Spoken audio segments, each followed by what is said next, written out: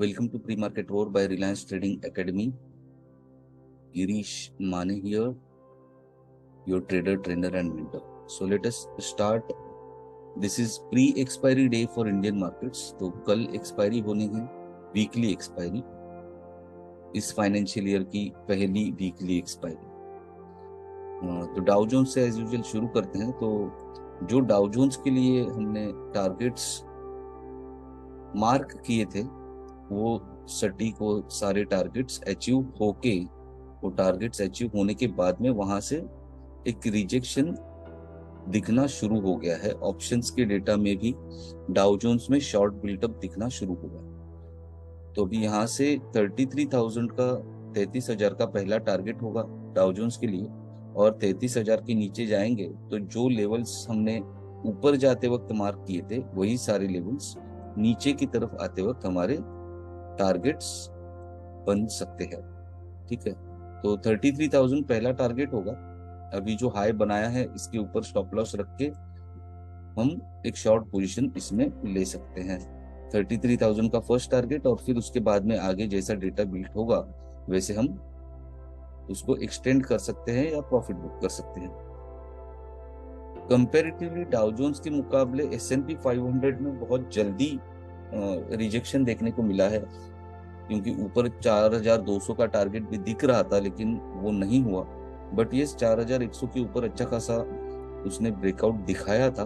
लेकिन अब जो ये पैटर्न बना है इसे हम लोग बियरिश एनगल्फिंग कहते हैं। ठीक है, ये जो अभी कल की कैंडल जो बनी है S&P 500 में, this is bearish engulfing which is considered as one of the very stronger bearish signals. तो यहाँ से हम फिर से गिरावट की उम्मीद कर सकते हैं। प्रोबेबिलिटी है कि यहाँ से फिर से गिरावट हो, और अगर गिरावट होती है तो ऑब्वियसली हमारे टारगेट जो है वो नीचे की तरफ 4,050 तक के टारगेट बन सकता है। 4,100 के पास तो है ही, पहला हम लोग 4,050 देखेंगे, फिर हो सकता है 4,000 का भी टारगेट हमें आता हुआ S&P 500 में दिख सकता है। तो टर्न अराउंड हो चुका है, लकीली हो या फॉर्चुनेटली अनफॉर्चुनेटली हमारे मार्केट तो कल क्लोज थे। तो हमारा मार्केट इसको कैसे रिएक्ट कर सकता है? तो फिलहाल जो डेटा है ऑप्शंस का इस हफ्ते के एक्सपायरी का, मैंने अगले एक्सपायरी को अभी इसमें कंसिडर नहीं किया है। बट यस, हमें थोड़ा सा आज अच्छी खासी वोलेटिलिटी हमको मार्केट में देखने को मिल सकती है, क्योंकि एक तो कल के दिन का काम भी पूरा करना है जो छुट्टी थी, और फिर प्री एक्सपायरी डे है तो कल के एक्सपायरी के लिए पोजीशंस भी बिल्ड करने हैं। ठीक है, तो निफ्टी के लिए 17,350 के पास फिलहाल अगर रेंज मार्क करूं तो 17,350 से लेके 17,400, वो जो 50 पॉइंट की रेंज रहेगी। बट थोड़ा स्पेसिफिक अगर सिर्फ मैं इस हफ्ते की एक्सपायरी पे बात कंसिडर करके बात करूं तो 17,350 के पास पिवोट बना हुआ है। पिवोट के पास ज्यादा से ज्यादा समय तक स्पेंड कर सकती है प्राइस, टाइम स्पेंड कर सकती है। ठीक है, ऊपर के तरफ 17,450 465, नॉट मच डिफरेंस। तो 17,450 465 490 और 525 यहाँ तक के लेवल्स हमें देखने को मिल सकते हैं।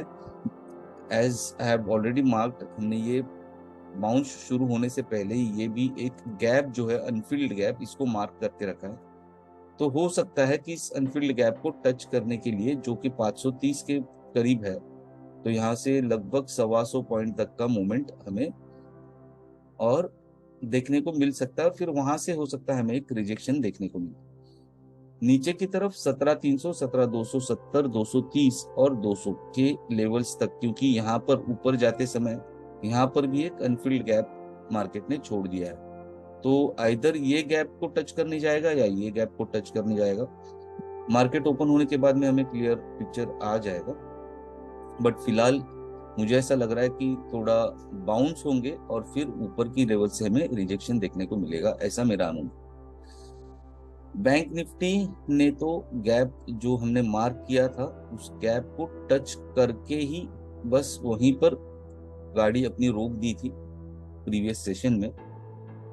बैंक निफ्टी के लिए 40,800 के पास पिवोट बना हुआ है, तो 40,800 के पास ज्यादा समय बिता सकता है।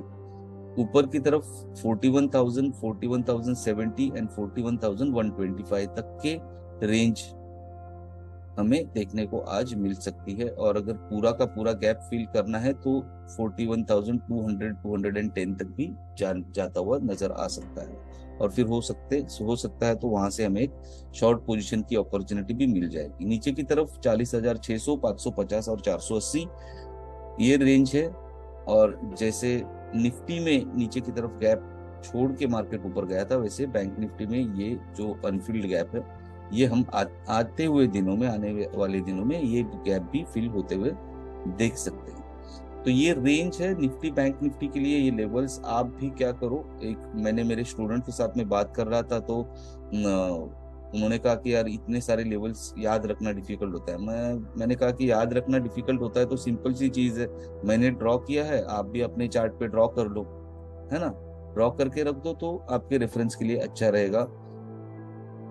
जो खास करके इंट्राडे में ट्रेड करते हैं उनके लिए तो ज्यादा बेहतर है अगर वो चार्ट के ऊपर ये लेवल्स ड्रॉ करके रखे, ये लाइंस ड्रॉ करके रखे। स्टॉक स्पेसिफिक बात करेंगे तो रामको सीमेंट में एक काफी दिनों से इस रेंज में कंसोलिडेशन चल रहा था, है ना। रेंज बाउंड था मार्केट। और अगर आप देखोगे तो इसमें देखो कितने लंबे लंबे शेडोज बने हुए हैं। तो बहुत ही झगड़ा चल रहा था बुल्स और बेयर्स के बीच में। तो this is where I call कि ये यहाँ पर बिल्टअप चल रहा था कुछ, तो ठीक है ना।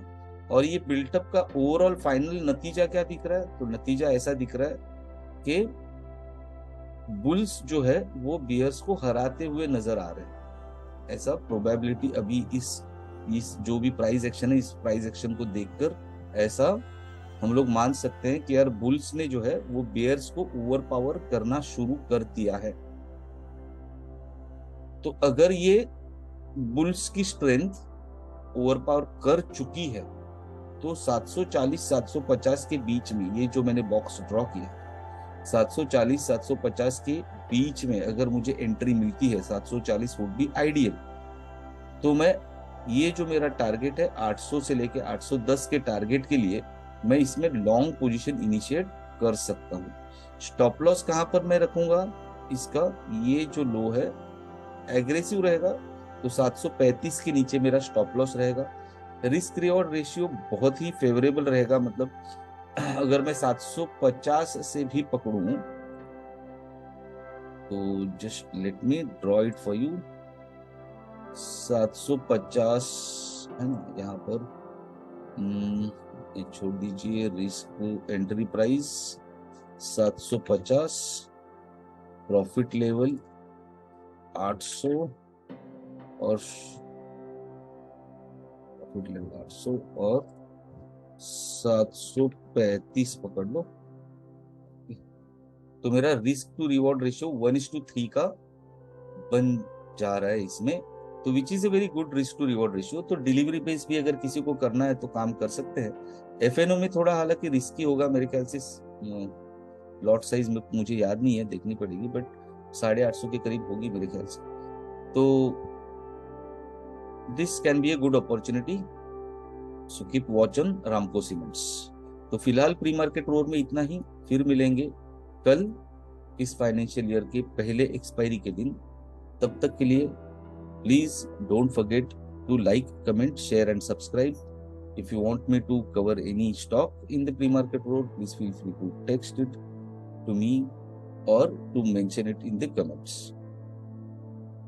Till then, take care, trade with stop loss, enjoy, bye bye.